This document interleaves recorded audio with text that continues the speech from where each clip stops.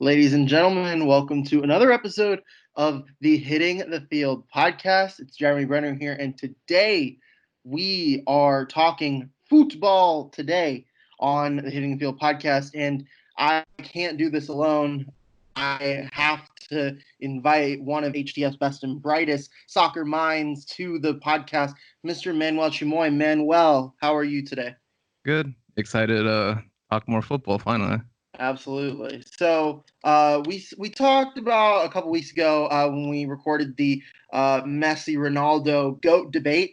Go check that out if you haven't done so already. You can just scroll down wherever you listen to podcasts and find where we are. It was recorded about 3 weeks ago, so go ahead and check that out there. But we said in a couple weeks when La Liga would return that we would come back on to talk La Liga, and here we are. La Liga is back. What are your initial thoughts just to see La Liga back up and running? Well, La Liga is my favorite league personally. I'm also from Soccer. yeah. So that's my favorite league. But no, I'm so pumped. Like, obviously, when the Bundesliga came, I was excited because soccer was finally back or football. But then after the weeks came in, like I also said, it kind of like started like I just didn't really want to watch it, and I just want to watch like the leagues I like, which was La Liga, Premier League, and MLS. And now that a league that I like is finally back, like yesterday was Sevilla and Real Betis. I watched that. It was amazing. It felt great. Obviously, Sevilla won 2-0. But the only thing that was kind of weird was like they put like I don't know if you saw, but they kind of like put the audience, I guess, like Mhm. uh computer audience. Yeah, That looked really I weird. did see something along the lines of that. What are your thoughts on that? Just having like a computer generated audience, kind of to uh, replace the atmosphere, if you will. For me personally, you can never replace the fans, Exactly. right? And it felt really weird and awkward personally. I kind of didn't mind the audio, because they're pre-recorded from like the actual fans, like the stadium, the atmosphere. So I didn't really mind that. Just the way that I saw that virtual thing was just kind of weird. Kind of creeped me out. Not gonna lie, but yeah. But I mean, no, it's great. I'm just happy that it's back. To be honest. Some the things that have kind of irked me during this quarantine is when you try to make things more you try to make things feel normal, but it's not. Like no, like UCF, like, well, the thing with UCF, like when they had the graduation ceremonies, they said it was not to replace the commencement, but it was just an alternative, just something that can stand alone as that Yeah. day, and then later on they will officially celebrate the class of 2020. So so if you're going to do something along the lines of that, like, I don't want it to make me feel like I'm in a pandemic anymore. And as the pandemic goes on, we're now 3 months since the whole quarantine kind of really started. I guess March 11th is the date that I use in my head when I think of the start of the pandemic. But um, now that we're 3 months in, it does feel a little bit more normal. So I don't want things that make it feel like it's not normal. You know what I mean? Yeah, no, I feel you on that one. So Definitely. like we know there's not fans, so don't paint it and make it seem like there isn't. Like it's like saying a broccoli is candy. Like no, it's still broccoli. Like don't tell me it's something different when it's not. Just give it to me, how it is. Yeah, it's kind of just like how the Bundesliga did it. They did it without fans. They did put like a little bit of atmosphere. I didn't really mind that. They didn't put the fans, which look weird, but obviously it's Mhm. not as weird as this was, to be honest. But yeah, Yeah. They did it very subtly, which I get. yeah, Like that's the thing, is when you do it subtly, like that is fine. But this was not as subtle yeah. as it could have been. So maybe La Liga will take some notes and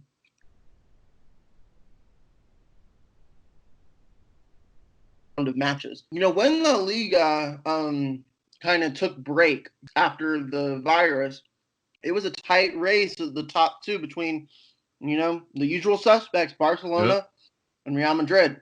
and that's kind of where we're going as the season has its final 10 or so matches.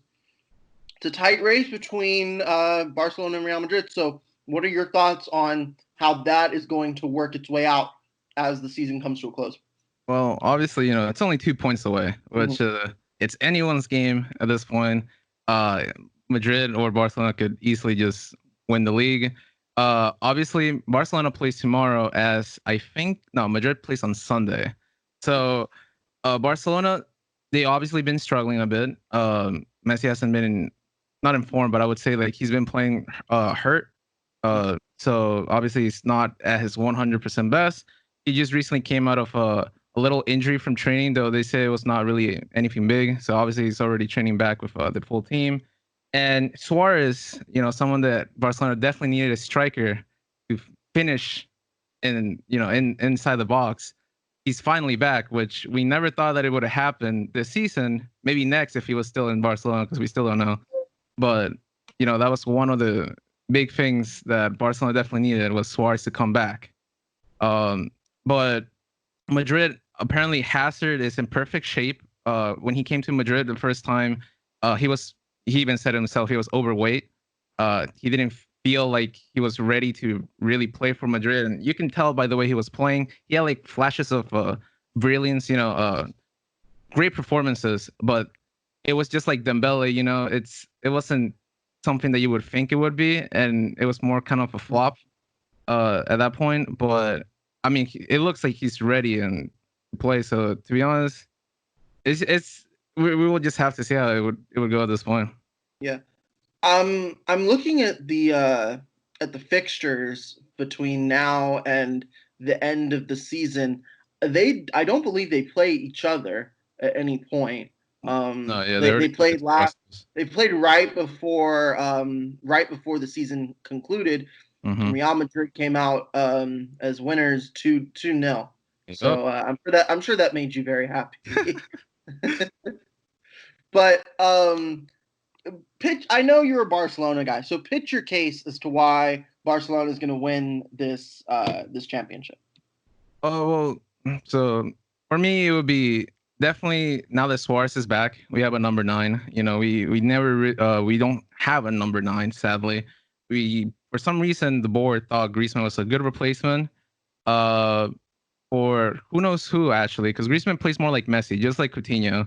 So I don't know why we bought Griezmann. Griezmann was supposed to be a striker. We're playing him a left wing.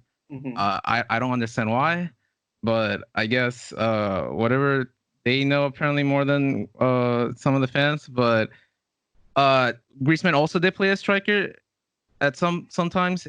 Sometimes went well, sometimes didn't go too well. Braithwaite, or injury signing, because Dembele's out for the rest of the season. He's also he's more of a versatile player. You can play left wing, right wing, striker. As striker, his first 2 games that he played, phenomenal.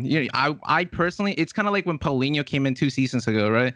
From the Chinese league. You would not think it was, it was a pretty big price tag. 40 million for the Chinese league was like, yeah. I was thinking, I was like, where in their head are they going with this? But Paulinho became one of the most essential players of that year. Obviously, he was only there for 1 season, but he was one of my favorite players, like in Barcelona, which was nuts. And then sadly, we sold him next year, surprisingly, for 50 million back to China. But yeah. Those Chinese. Yeah. Hey, the price tags keep going up on those kind of guys, and China, they've been trying to work their way onto the national football scene for a while now. I think it kind of started, I think, when Drogba went over there from Chelsea. But they've always tried to find ways to get into that market, and Paulinho is definitely an example of them trying to successfully tap into the market. But we talked a little bit about this when we were talking about the Bundesliga returning. Barcelona has the month left. There's only a month left in the season, and Barcelona has to play 11 matches between the 13th of June and the 19th of July. That is a lot of matches for that. Every 4 days.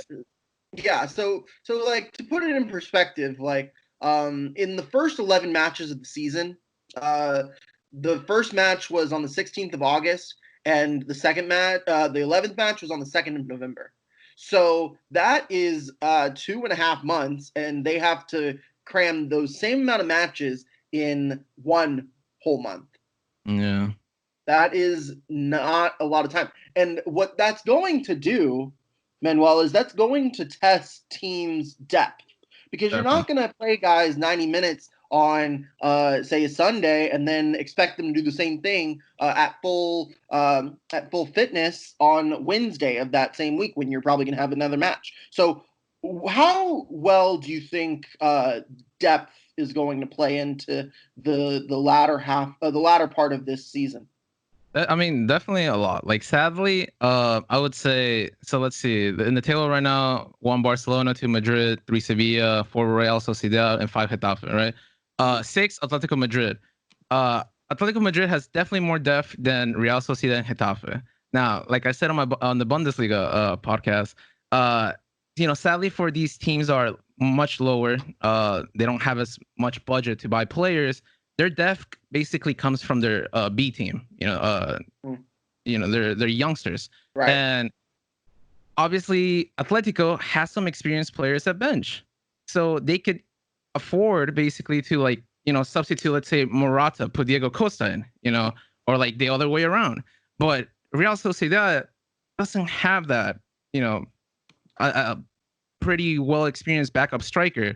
Like, I mean, it could be like Ansu Fati for Barcelona, which their youngster could definitely be nuts this season, right? And they could Right. definitely be a rise of some other talents that we don't even know about too much. Mm-hmm. But I would say for lower teams, Eibar, Celta Vigo, Mallorca, what Barcelona is going against tomorrow, I would say this is, like I also said again, it's a little bit unfair, but I get this is what we have to do at this point. And it's also business. Business wise, it makes sense. So I would think like Real Sociedad and Getafe are probably gonna drop down a bit. Atletico's gonna go up. Valencia's probably gonna go up a bit. Just like the teams that don't have too much budget would probably start slowly going down just because of the every 4 days they have to play. Right, because it's 11 matches, and that's 33 points on the table that you could Exactly. possibly receive, and considering there's only 13 points between Atletico at 6 and Barcelona at 1, there's a lot of room for movement amongst the top 6, and even Valencia at 7.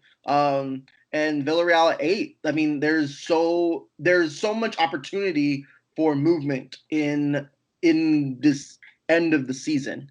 So this should be an interesting finish. I'm looking forward. Obviously with very few sports on, at least La Liga fills that void a little bit, even if I haven't followed it as much as you have, Manuel. But I sure will definitely be following it a little bit more now than I was in before the Rona happened. Yeah. But let's shift gears here a little bit. And I want to go over to the United Kingdom, England. Nice. Premier League is on its way back very Hmm? soon. 17. So the 17th. Yep. So yeah, that's less than a week from right now. So On Wednesday. I think it's next Wednesday. So Yep. obviously,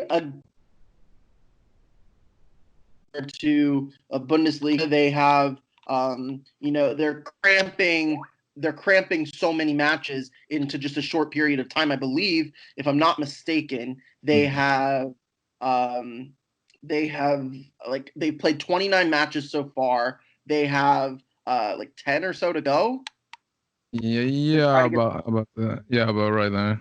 Yeah, so if they try to get to or 38 to 40, then you're not getting that's a lot of matches and not a whole lot of time.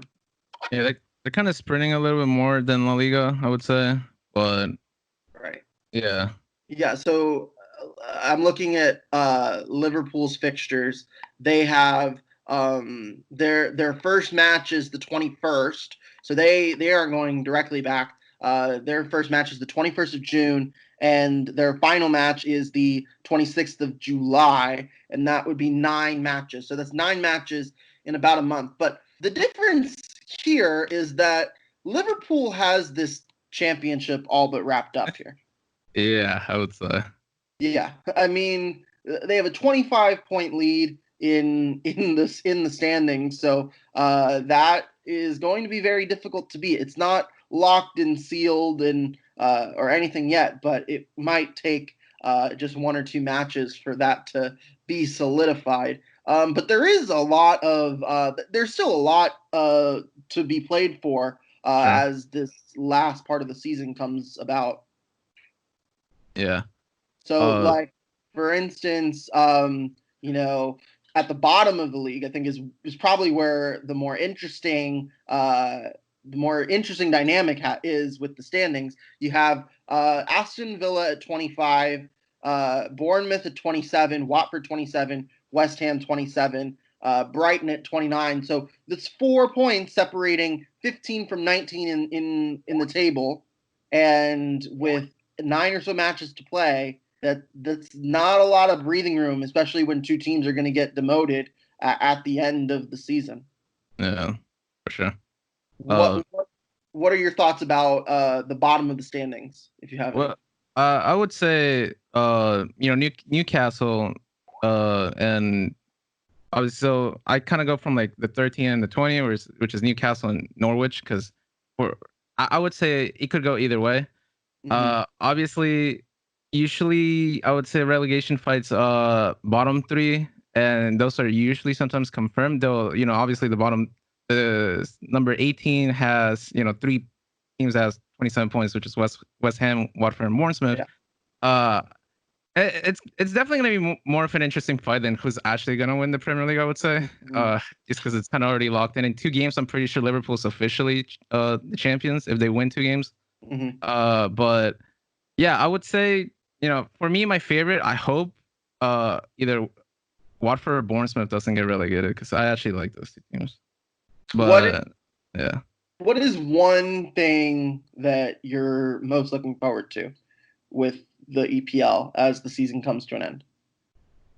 For me, like one storyline we should look after.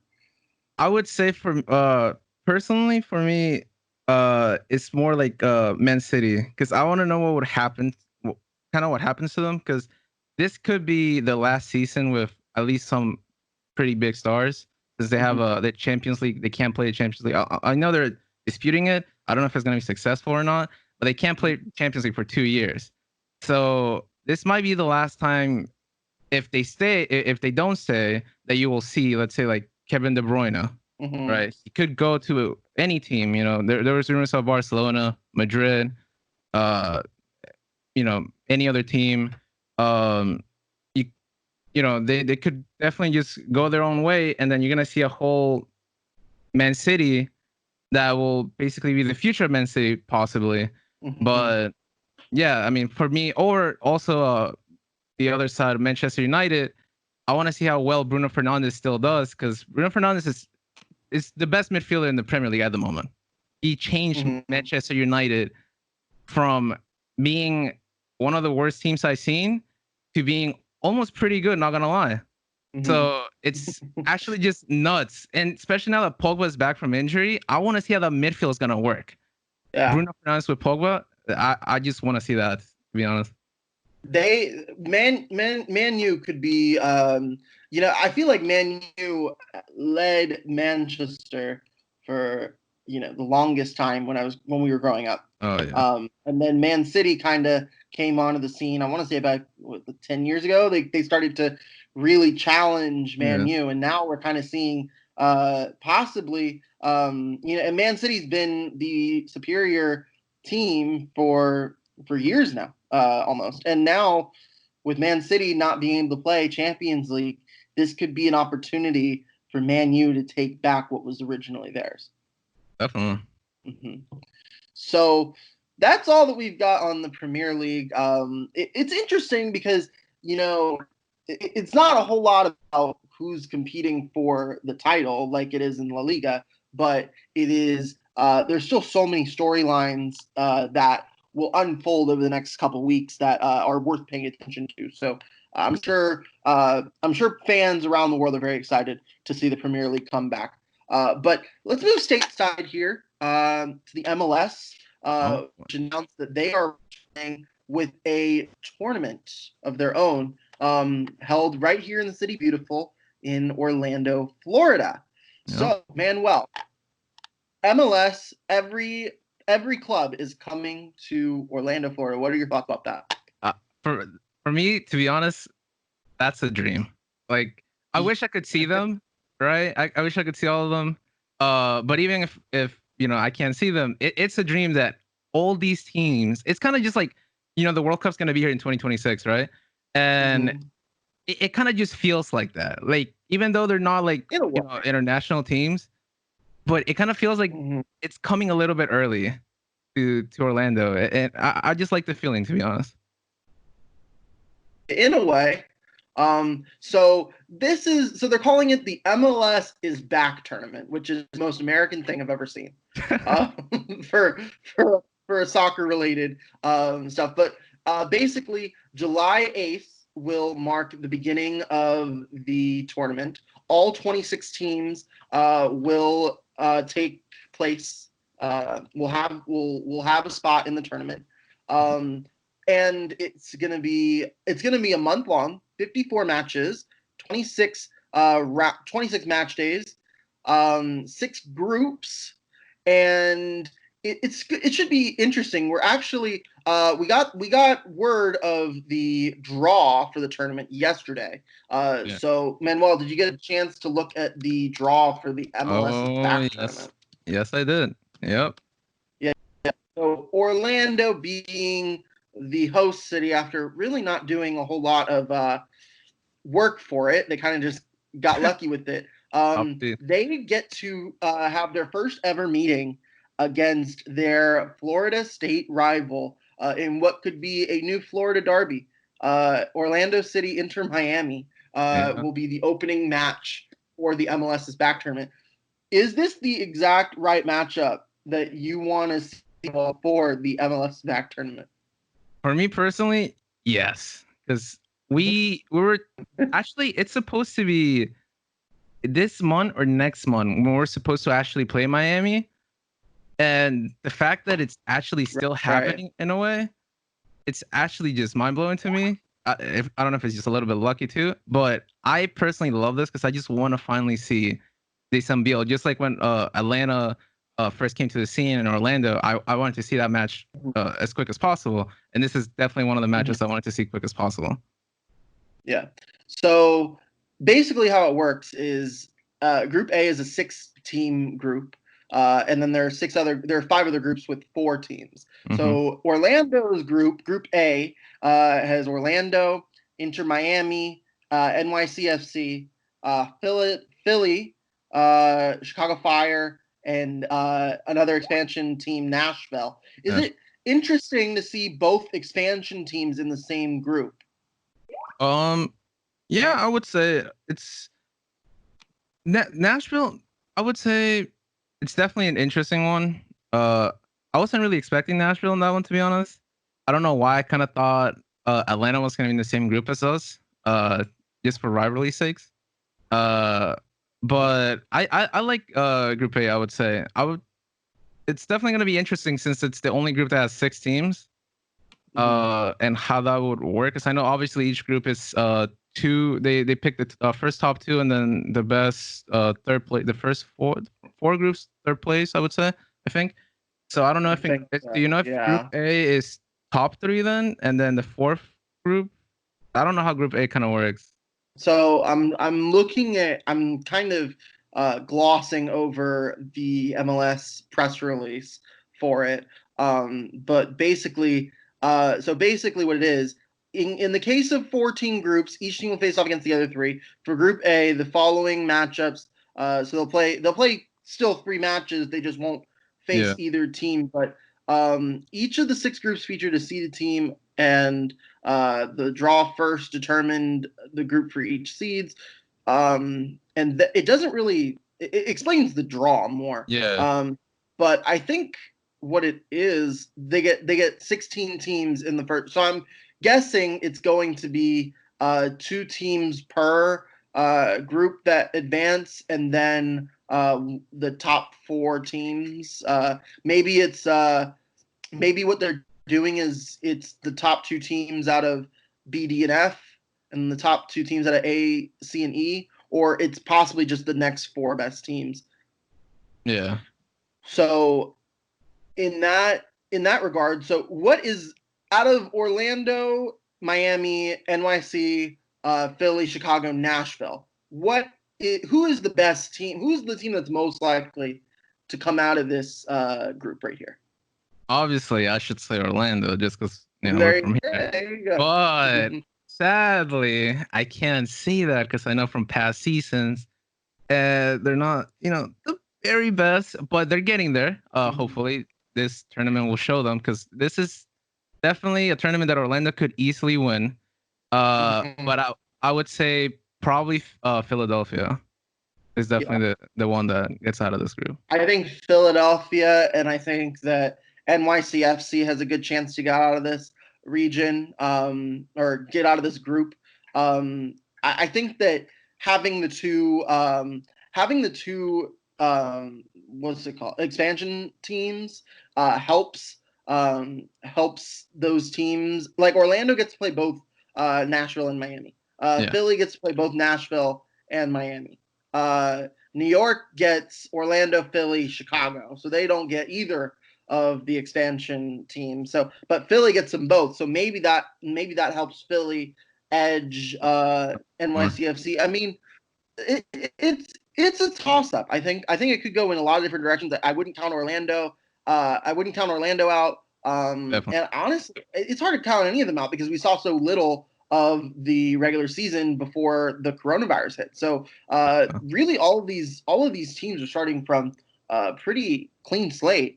But let's move on to Group B, because Group B is a little more interesting. So you have Seattle, who's the top seed in the group. Then you have Dallas, Vancouver, and San Jose. So is this Seattle's group to lose?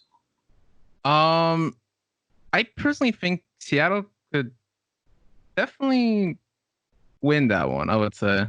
Vancouver obviously lost one. Yeah. What? I like Seattle's chances a lot. Oh yeah, I know. Vancouver obviously lost one of their best players, I would say, Alphonso Davies. Obviously went to Bayern and he's doing amazing there. But I know Dallas is struggling a bit, and San Jose Earthquakes, if I remember correctly, they've also been struggling a bit. So I personally would say Seattle and Vancouver would definitely get out of the group stage. Mm-hmm. And yeah, I think Seattle's been one of the best teams in MLS for a very, for the last several years. And this is kind of a chance to continue that stretch. But now we move on to Group C. Group C has Toronto, New England, Montreal, DC. Toronto's the top seed in this group. Are one of these teams unseeding Toronto here? I don't think so. No, the only thing I would maybe say is Montreal Impact, if it's a little bit more for a wild card, just because Thierry Henry is now their new coach, and if he has some new mastermind plan that we don't really know about, it could maybe rock them a bit. You never know. But yeah, and DC United, since they lost Rooney, I don't really like their chances too much. Right. But because Rooney was big, like he was a big player for DC. That was the reason why they were actually doing amazing last season. But yeah, the only one I could maybe see is maybe Montreal shaking Toronto a bit, just because they're kind of like just a wild card. Yeah, I would agree with that. But let's move on to B. Real Salt Lake, Sporting KC, Colorado, Minnesota. This, in my opinion, Manuel, is the group with the biggest question marks. I'm curious to see how this group is going to shake out. No, yeah. I think it will go in so many different directions. I would say Wait, sorry. What you asked?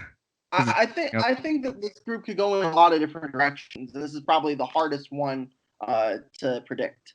Oh yeah, yeah. I would say, I mean, all four of them are pretty good teams. Obviously they have their ups and downs.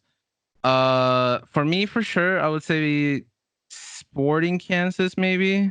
I don't know. It's kind of, to be honest, Group D is kind of just all wild cards. Yeah. It's kind of hard to predict. Like it's not really one team that you're like, yeah, let's like pick Seattle, yeah, like right away. But like this four is like, I don't know. For me personally, just because I kind of want Kansas to go through, but yeah, I really, it's kind of hard to really pick those. I'm gonna go. Honestly, I think Real Salt Lake is a favorite here. For sure. But I wouldn't be surprised if Sporting KC was able to take this group. I could see, honestly, you could make an argument for all four of these clubs. But if I had to pick one, I'd probably go with Real Salt Lake, just because I think that they have the most talent. They have probably the most talent on their roster than the other clubs do. But now into Group E. This is Atlanta's group. Atlanta, Cincinnati, New York, and Columbus. So this is a real good draw for Atlanta. Oh, for sure. This is an easy group for Atlanta to be able to advance out of. Definitely. I mean, I could already pick those two teams. Yeah, Atlanta and who else? I would say Red Bull, New York, for sure. Cincinnati had a rough go at it last year. Columbus is a consistent third in this group.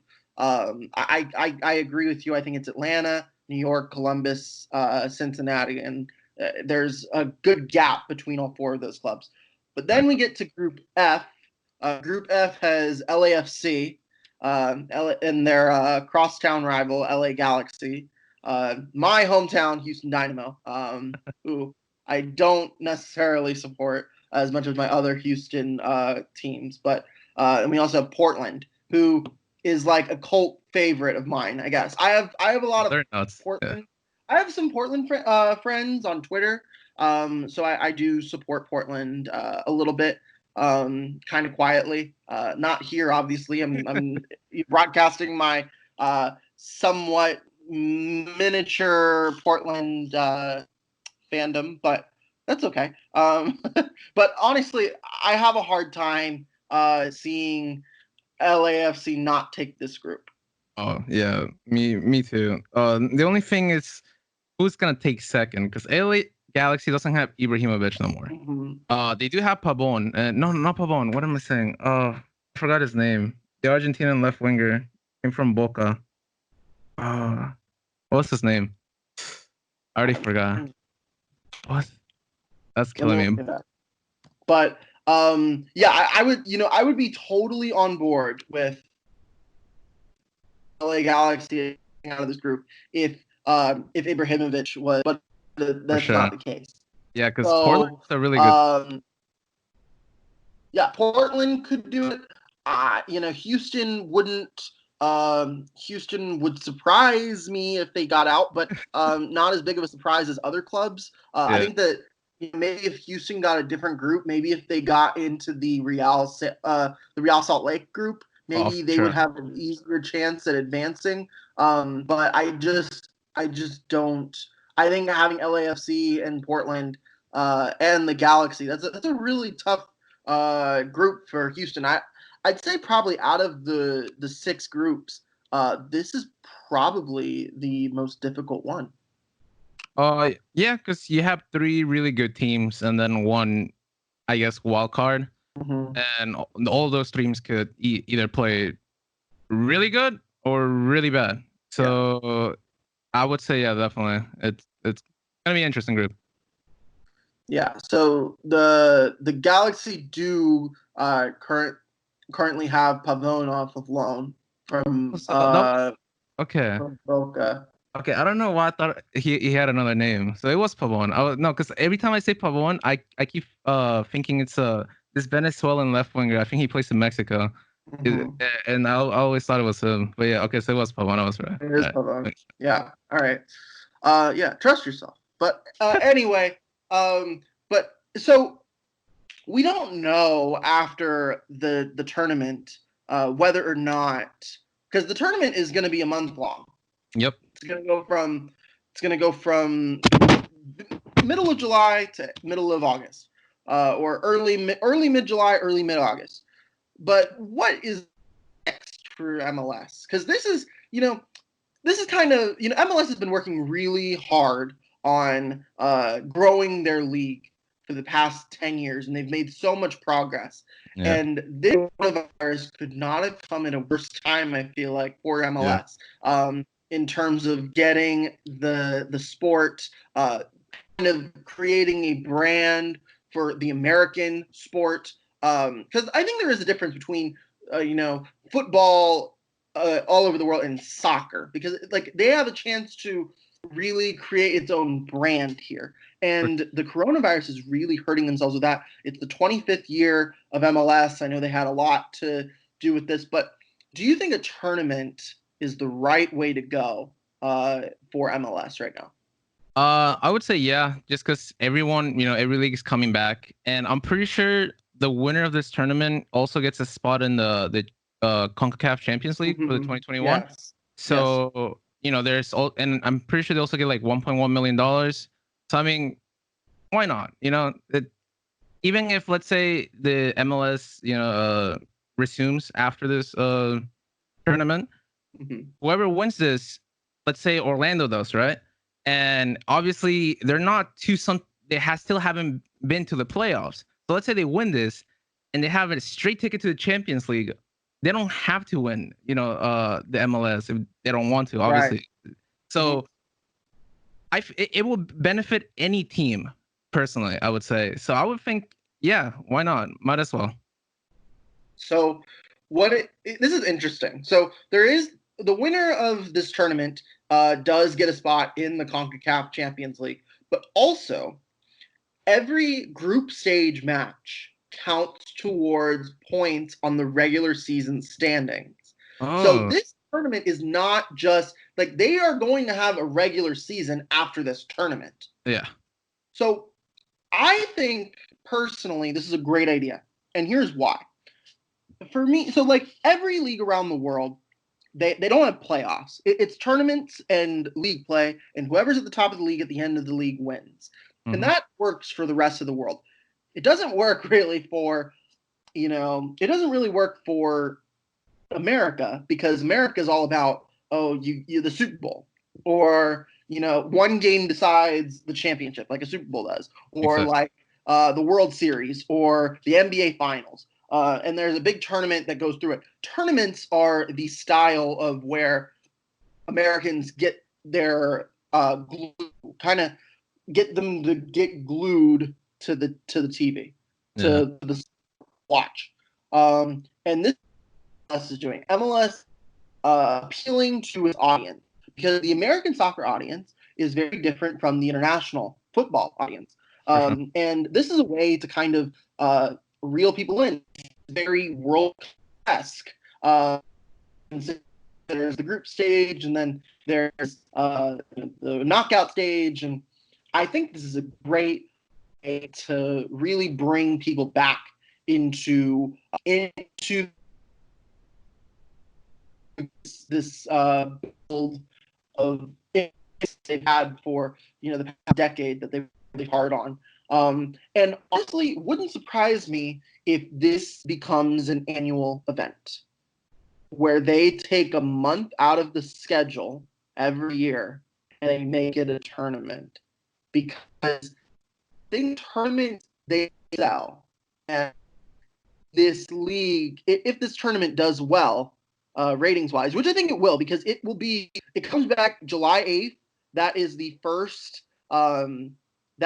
sport that's coming back. We will not see any NBA action before then. We will not see any MLB action before then. We will not see any NHL action before then. MLS will be the first American Big Five sport to return to television and to return to play. And they have a real big opportunity here to really gain a lot of fans, to win back a lot of fans, and I hope it goes well because MLS is where I worked as an intern with Orlando City, had a great experience there, and I got a bit of an inside look as to how MLS kind of operates and their brand, and it's real strong. They fight the good fight, I think.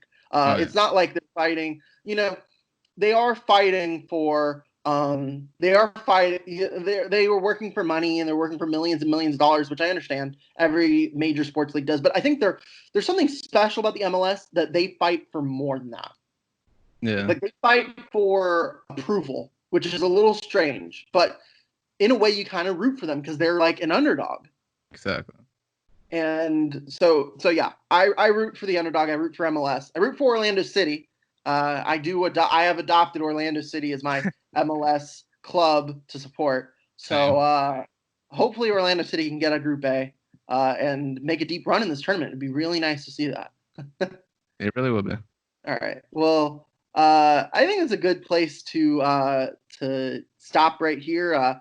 Talked a lot of football, soccer, where we're going to call it. But Manuel, couldn't have done any of this without you. You inspire me to learn more about the sport, and I appreciate you. Thank you for coming on to today's podcast. No problem. Thank you for having me. It's always a pleasure. And if you want to hear more sports content, Hitting the Field is your place to go. It is UCF's student-run sports talk show and podcast network. We are going on a mission to have year-round sports coverage for you, and we're hoping that in the fall we will return to our home in the studio at the Nicholson School of Communication and Media. But while we are still not on campus, we will be continuing our podcast. So be sure to follow us on Twitter and Instagram to catch every podcast and to subscribe to our YouTube page. We post every episode of the Hitting the Field and Hitting the Crew podcast over there. And be sure to subscribe to wherever you listen to podcasts or Apple Podcasts so you don't miss